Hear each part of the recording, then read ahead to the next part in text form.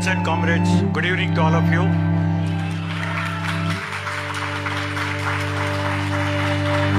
Years before I came here to speak on the Citizenship Amendment Act, and today this JB film brings me to you, and I see reception more than what it was for the Citizenship Amendment Act. If a film can have such an impact, I think we can start producing more films so that we'll have more attraction towards the theme which we want to take it to the people. Jai Bhim has now become a slogan for everybody. Whenever I go anywhere, people say, "Are you Jai Bhim Chandru?" So I have changed my name as Jai Bhim Chandru. Last week I came from Delhi to Chennai. The air hostess announced that Justice Chandru is travelling in the same flight. So every passenger looking, who is Chandru? So the Jai Bhim film, in a way, brought the entire working people, entire thinking people into one stage. The stage being justice to the tribal people of this country. This film, which was based on a case which took place in 1993, when I was a lawyer 28 years ago. At that time, when I wrote about that book in various magazines, many people read and then passed it off another book. This only shows that film has a greater impact. In fact, among all the arts in India, the film has a greatest impact because it is a production of collective mind. A story can be written by one author. A play can be written by one author. But a film cannot be produced by one person. It requires hundreds of people to work day and night to produce one film. And the visual impact is much more than reading a magazine or a newspaper or a book. Even my daughter used to say that you want me to read all your articles, if it's all uninteresting, you take one film, we'll watch and ask questions. So the film has also kindled a debate all over the country. The two messages I get from many people is that we are ashamed that we do not know such people are living amongst. One thing you must know, the film has not gone to the theatres. It is still under OTT platform. And there is somebody who asked me, you are taking film about poor people, only showing to rich people. I think from the month of March it will come to the theatres. And it is the ordinary people of this country will view the film. Then you must see the impact of this film. Today, whatever we have, it's only a classroom discussion or a air-conditioned hall discussions or bus stations and railway stations. It is the ordinary people that the film should kindle their spirit, in the sense the film is about the Adivasis of this country. The Moolvasis, as Dr. Ambedkar used to refer, of this country. There is a great deal about this film which I can go on describe, but the topic given to me is a civil right and social justice. I will also try to say how this film is attempting to serve the cause of civil right and the social justice. You will all know, few days back we celebrated the Law Day in this country. On 26 November 1949 is when the Constitution of India was finally adopted by the Constituent Assembly, and Dr. Ambedkar, while speaking on the motion to thank the members, said that I have given you the Constitution, it is for you to work the Constitution. By this independence of this country, we got political freedom. We are yet to get economic and social freedom in this country. And people will not wait forever. You know, the debate in the Constituent Assembly took 2.5 years for preparing a document which finally said, we the people of India give ourselves this constitution to constitute India into a sovereign, socialist, secular, democratic republic. This word socialism and secularism was not there in the original draft. Therefore, when Prime Minister Modi prepared a new constitution and distributed to members 2 weeks before, a big coffee table book of the constitution.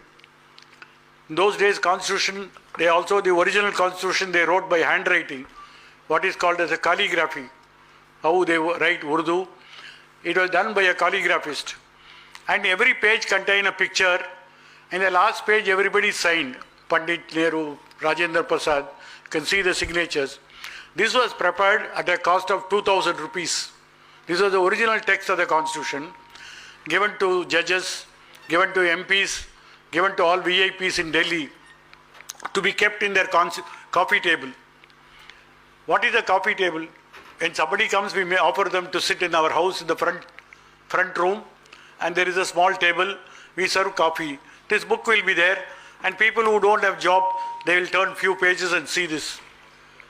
Should the constitution be exhibited in the 1949 version, why is that Modi government so much interested in the 1949 version?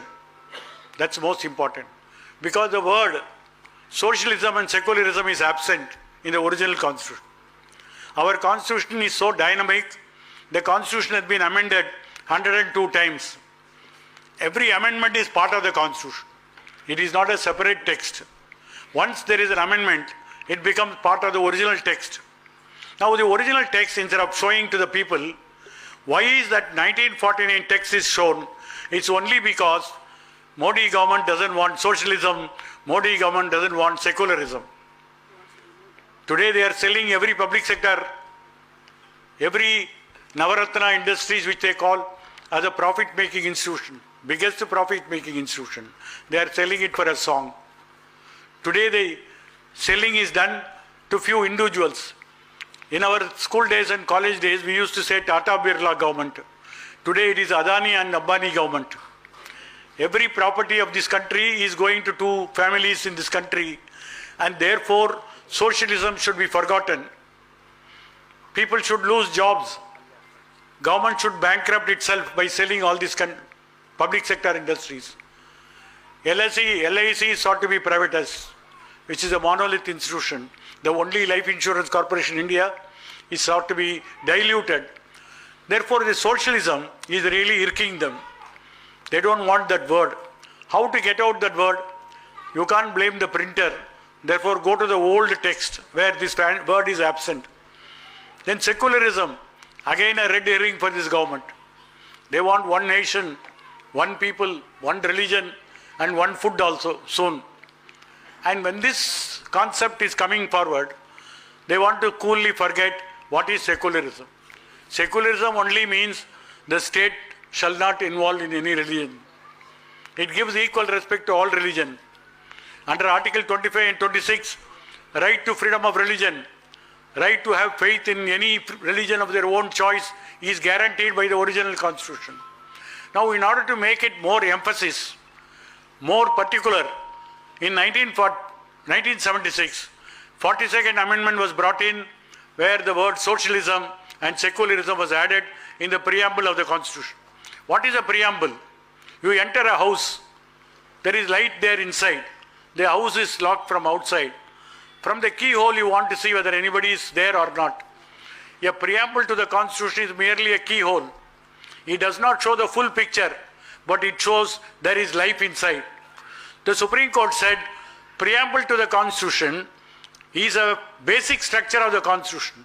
It can't be altered by any person. It can't be taken away by any person.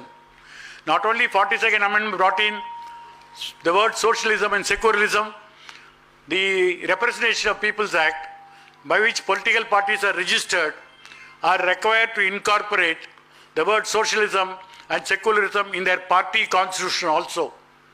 You will be surprised or you will be shocked. Even BJP constitution has got the word socialism and secularism. Does it mean they are practicing secularism? Does it mean they are believing in socialism? But in law, they cannot be a political party unless they believe in the words socialism and secularism. What they do is they make amendments to their constitution, but they act opposite. They have no faith. They are doing lip service. It is only because of that A 2,000 rupee constitution is produced without the word socialism and secularism and distributed to VIPs. The constitution is not meant for VIPs. It is meant for the ordinary people of this country. It is meant for the Harijan, Girijan masses of this country. It is drafted so beautifully by Dr. Ambedkar. He also said, if this constitution is not going to work, then the India will not be India. There will be revolution in this country. We have been working this constitution for the last 71 years, attempting to work on this constitution. You see our neighbors, you see Bangladesh, you see Nepal, you see Pakistan. There is so many coups, there is so many military takeover. The constitution only exists in paper. Whereas we are able to work this constitution only because the people believe in this constitution. That is what this film also trying to say. That people believe in law, believe in constitution, trying to work this constitution, trying to regain their right through the court of law, and trying to use the legal language for securing justice. In fact, in one scene, the hero will be heard saying that law is a weapon to be used for the people from the getting orders from court. There are many people who ask, do you sincerely believe that the court will give relief to the people? Do you think the change will come in this country only by court orders? Do you think that the structure of this country can be changed? Do you think the poor will become rich because of court orders? No, we have no such illusion. It is not our attempt to make that there is a legal illusion that the court can give everything. But one thing you must understand, that if there is going to be an existing law, if there is going to be a constitution in this country, the constitution has to work. Only on its working, you will have to see whether it fails or whether it succeeds, whether it partially succeeds or it not at all succeeds. This is something can be seen only by a court action. There was a time when we used to believe that the constitution is a mere paper document. Constitution is produced only by wealthy people, not by elected representatives. Constitution does not mean anything. Constitution should be thrown into lock, stock and barrel into Bay of Bengal. This was the belief we had until 1975, when Mrs. Gandhi brought emergency, put every leader inside, all under detention without any trial. Anybody who questions will be put inside, and the freedom of expression was curtailed, and fundamental rights were suspended. Courts were asked not to hear any such cases. Justice Chennappa Reddy, who hails from this region, was hearing a Misa detention and wanting to give relief. He was transferred to Punjab and Chandigarh at that time in 1975 by a punishment transfer. Judiciary was played as a football in those times, and therefore it was the national emergency which was declared in 75 to 77, which opened the eyes of many people that this constitution has to be protected. It can't be subverted by people who have no faith in this constitution.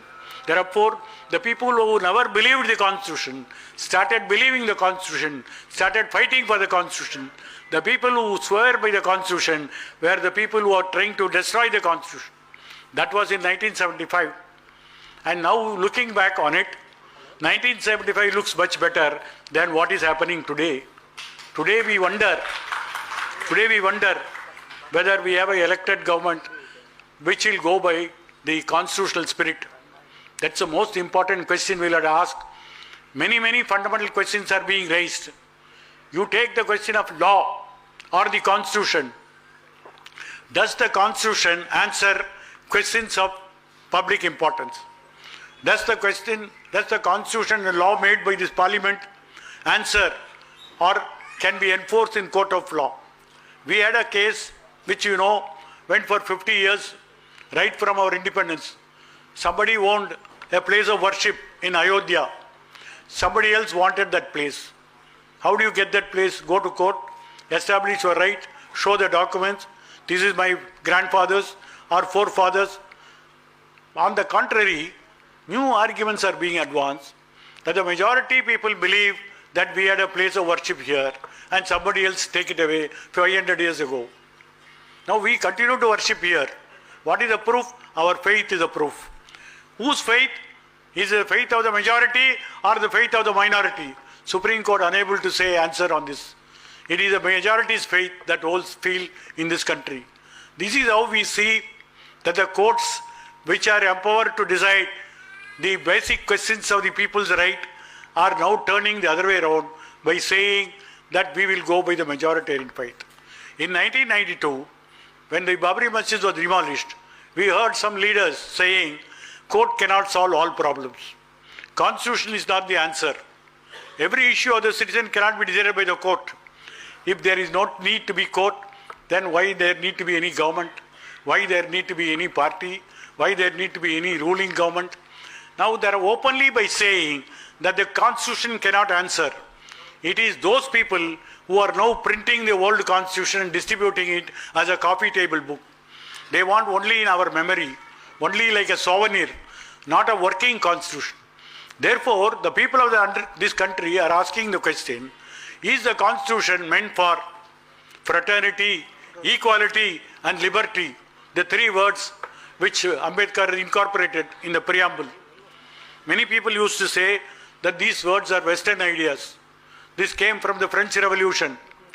But on the contrary, Dr. Ambedkar, speaking in the All India Radio in 1954, said that these words, many people think that I borrow from the French Revolution.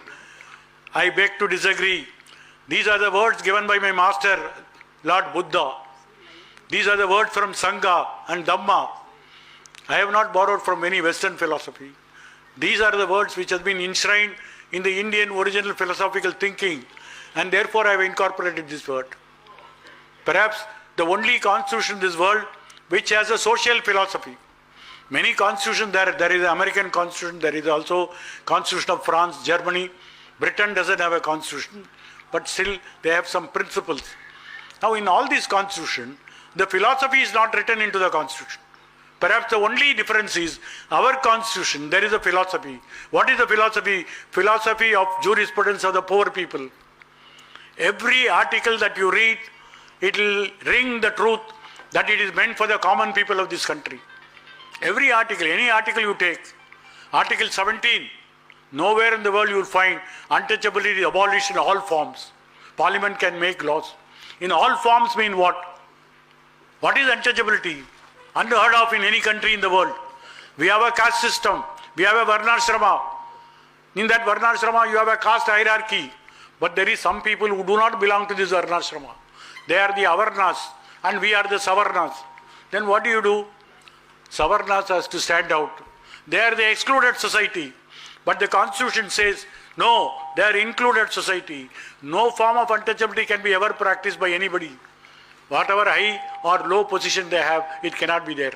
In order to enforce this, in 1955, a Protection of Civil Rights Act was brought in. If you call somebody bad words, caste words, he can be prosecuted. If you deny access to market, if you deny access to tank, if you deny access to water supply, they can be prosecuted. But that did not help, because in this country, the lands of the scheduled caste people, the lands of the Adivasis have been taken away by the landlords, have been appropriated by force. There are economic rights for these people. In order to protect the economic interests, the new act was brought in 1989, Scheduled Caste, Scheduled Tribe, Prevention of Atrocities Act, 1989. The act was more drastic. The act has got enhanced punishment. But still the act did not work. The act was very much there on paper. Therefore, Parliament amended in 2017. An amendment was brought in where they said the victims will be heard by court at all stages. From the bail to conviction, the victims can have their own lawyers. Victims can have their own prosecutor. Victims can oppose bail application. No court can give bail without the victim being heard. Now amendments have been struck down by the judiciary. The Supreme Court said these amendments are unconstitutional. And then once again Parliament, because there were agitations all over, Parliament amended the law, said the judgment is wrong. They brought back the same amendment. Once again the matter went to the court, and the court in 2020 said these laws are valid. The allegation that this act is being misused is a bogus allegation, because the act has never been used at all. That is what the Supreme Court itself said. Not one judge or three judges have said that the bogus allegation that the SC/ST Act is being misused can never be accepted, because it has never been used at all. We'll have to wait and see in the next 10 years whether the act will be put to use or not. But till such time, the Adivasis being deprived of all their fundamental right will continue. The scheduled caste being abused and their land being taken away and their women being put to gravest sexual harassment will continue. But then what do? We protest, we form DSSW, we take them to the temple, we demolished caste walls in Madurai, in South Tamil Nadu. A wall in a village was erected 60 feet length, 15 feet height between the main village and the scheduled caste colony. When the people questioned it, the DSSW in Tamil Nadu questioned this, how you are erecting the wall.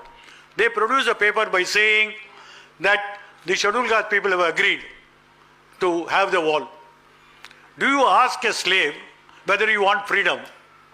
That's a question. We ask the question, the caste wall cannot be there. It will be demolished. People were mobilized for demolishing the wall. Finally, government came and demolished a portion of the wall. And then later by my orders, the entire wall was demolished. When the wall was demolished, I went and took a brick and kept in my table.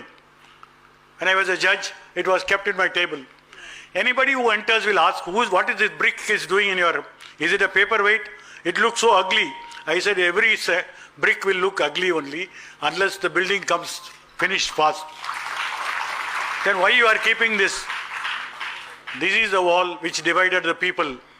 Now the will of the people has united the people and the wall has gone.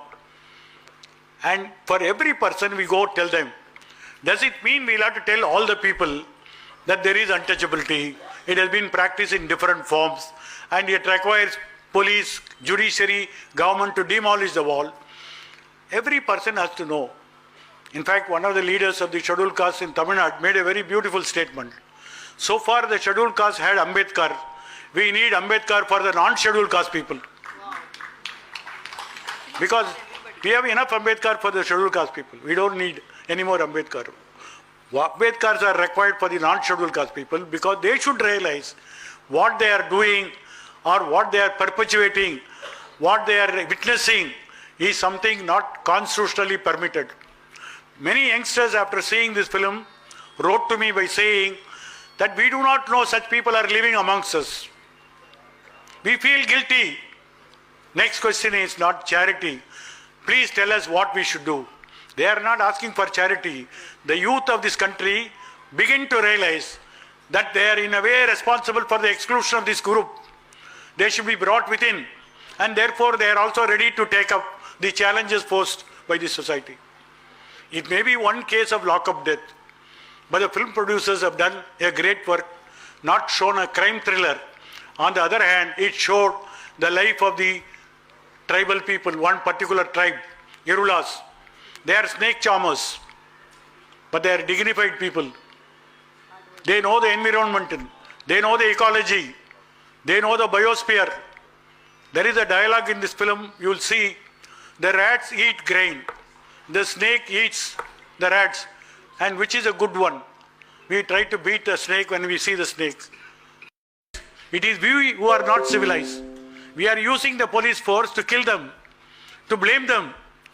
When the British came here, they established the police not for investigation of crimes. They established the police only for law and order, so that the British government is not threatened, so that the colonial government is not threatened. Therefore, they established the police. In Tamil Nadu and in Andhra Pradesh, we are governed by a police act which was enacted in 1888. Even today, what happened to the investigation? If there is a crime, who will investigate?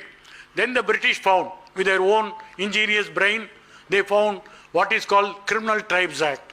According to them, some tribes are always criminals. And therefore, how do you control crime? They brought Criminal Tribes Act.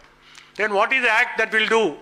Every tribal person who is a male, who is 16 years old, they will have to register with the police station. What do they register? They register their fingerprints, they register their eye mark, they register the Congress party and supported by Communist party were demanding this is the indignity. It is uncivilized to punish a whole tribe of people for the crime which they never committed. And British refused to remove this law till they were ruling in this country till 1947. In Tripura, in 1936, there was a conference where a resolution was passed. This tribal act should be removed. This criminal tribe act should go. But the British did not hesitate. They did not want to this act go. According to them, this is the best way of putting the tribals into their place, because they knew tribals will not obey their command. The tribals have their own civilization, their own government, their own society, their own norms, their own life. And that life is quite different from the imported life of the British. And after the independence, this act was repealed. When it was repealed, what happens? This is called denotified tribe. They are no longer the tribe. That is D and T. It has got different names in different languages, but in English it is D and T, because they are no longer criminal tribes. They are allowed to live freely they want. But that doesn't happen. Today the police force in this country thinks the denotified tribes are the criminal tribes. That is what the film also shows. In the beginning you will see they are coming out of the jail. The Vaddars, the Koravas, the Irulas, and police waiting there, not to take them home, to put them back into the jail in another case. So whenever there is an unresolved crime, it is easy for the police today to put them inside the same tribe.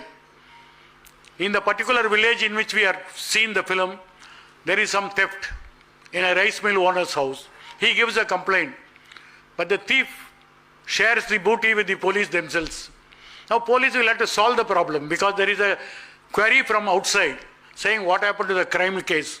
The inspector is under pressure. Though he takes tablet and drinking water for his BP, but is yet to beat up these people. For what purpose? To accept the crime which they ever committed. Then the crime is resolved. If they commit themselves, yes, I did this, then it reports to the officers, crime resolved. Now in this case, the Korava tribe who allegedly committed the theft did not accept. Then there is a punishment of torture. He dies in the end. Even to know whether he dead or not, they buy chili powder and put in his eyes to see whether eyelids are having any sense or not. This all happened. It is not for the movie. For once you must think, this movie was also based on some real life story. They went to a provision store, took money and got some chili powder, put on the eyes of Raja Kannam. And when they found his eyelids are not moving, they said he is dead and gone. The other two boys were beaten and said, we see you again in this place, you will also face the death of your uncle, go away, never to be seen anywhere in this place. So they ran for their life, went to Kerala, far away Kerala, staying in some village, working as menial, domestic servant. So when the case came to court, we don't know what happened to the two people. We were in search of them. Without them, there is no eyewitness. Without them, the case also will not go for a final. Therefore, we went in search of them and found them in some Kerala remote village. We brought them. We took their statement, showed it to the court. Then the court said, this is a case of murder, not a mere arrest and lock-up torture. That Raja Khan has been killed by the police. Yes, a SIT was appointed by IG Perumal Sami, and he found within 30 days that the police not only killed him, but also disposed of the body in some inter-district border. So the records were obtained, and finally murder charges were there. In 2004, all the policemen were convicted for life sentence. In 2007, High Court dismissed their appeal. So it took 13 years for the case to be over. But nevertheless, the tribal woman was given compensation and also a house site. When I asked the judges that this woman should be given a house site, judges said, what else you want? I said, it is only because there is nobody in the village to speak for them, because they are not part of the village. They are totally kept outside the village. Once Mahatma Gandhi said, India lives in villages. Dr. Ambedkar asked him, which village you are talking about?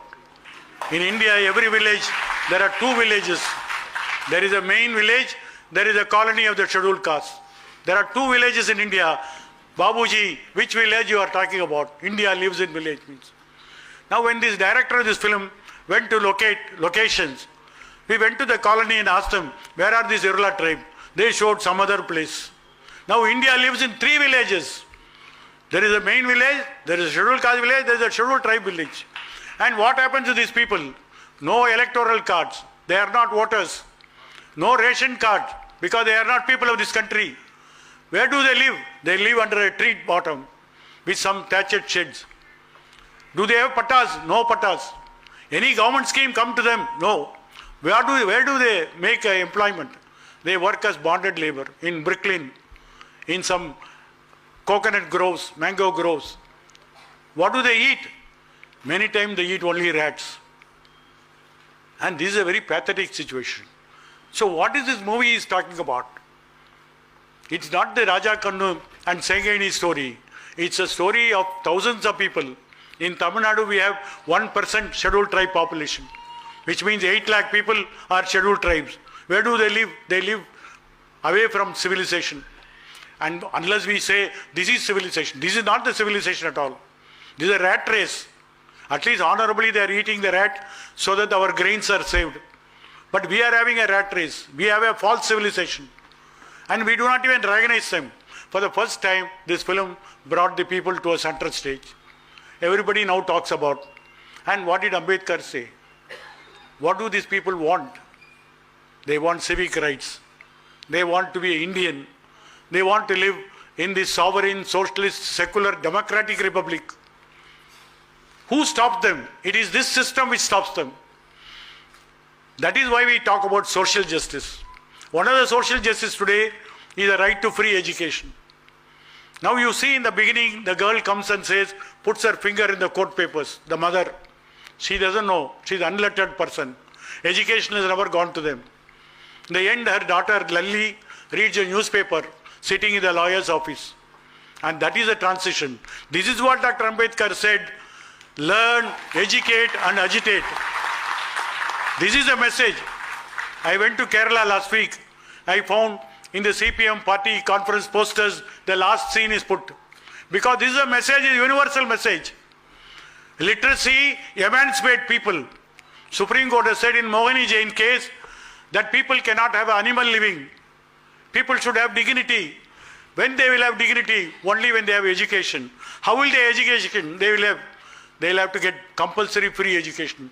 Today under Article 21A, we have a compulsory free education, though maybe in paper. But nevertheless, this film establishes the fundamental fact that these people are entitled to education, to literacy, and that girl is the future of the tribal people. And after this film came, our Chief Minister of Tamil Nadu came to view the film. And he wrote a 2-page letter to the producers saying that if there is going to be honest police officer, a courageous lawyer, and a judge with integrity and constitutional vision, many of these injustices can be stopped. It may be a wishful thinking. It may be a reality also. But this film shows some honest police officer, some lawyer fighting for the right. Ultimately, what about the judge? That judge came from Patna, not from Tamil Nadu. Even before 1990, we had Tamil Nadu judges. We have a history of 153 years of High Court in Tamil Nadu, which is also part of this coastal Andhra once upon a time. Now, why did not these judges think earlier that the same power we should exercise? Was not P.S. Misra, before there are judges, before there was not the same constitution, before they are not exercising same power, it also requires a mindset, a thinking process. I may have the power, I must be able to exercise the power. It's only a person who exercises the power is a judge. A person who refuses to exercise is only a stone. Now, why should we seek justice in court? The hero says that law is a weapon. It can redeem certain rights of the people. And it did redeem rights of the people. In my 30 years of a lawyer, I found number of workers, number of poor people, we got some relief. It doesn't mean there was no relief given by court. It may not be up to our expectation. We do not think that the court will change the structure of this country. The court will bring fundamental change in this country. On the other hand, whatever relief that we want, if a man is thirsty, you give him a glass of water. You don't tell him Nagarjuna Sagar water will come, wait for 4 years. A law or a litigation is only a first aid. A man requires surgery. But many times first aid saves a person. If a person is injured in a road, you take him to the hospital, there is a chance of his survival.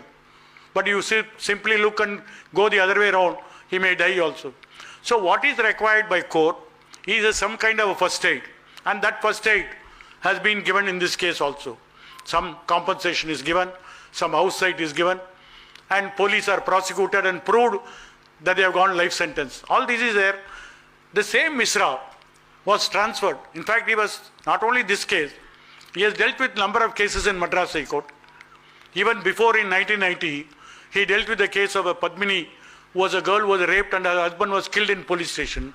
He appointed a SIT. He gave compensation. He gave the girl a government employee.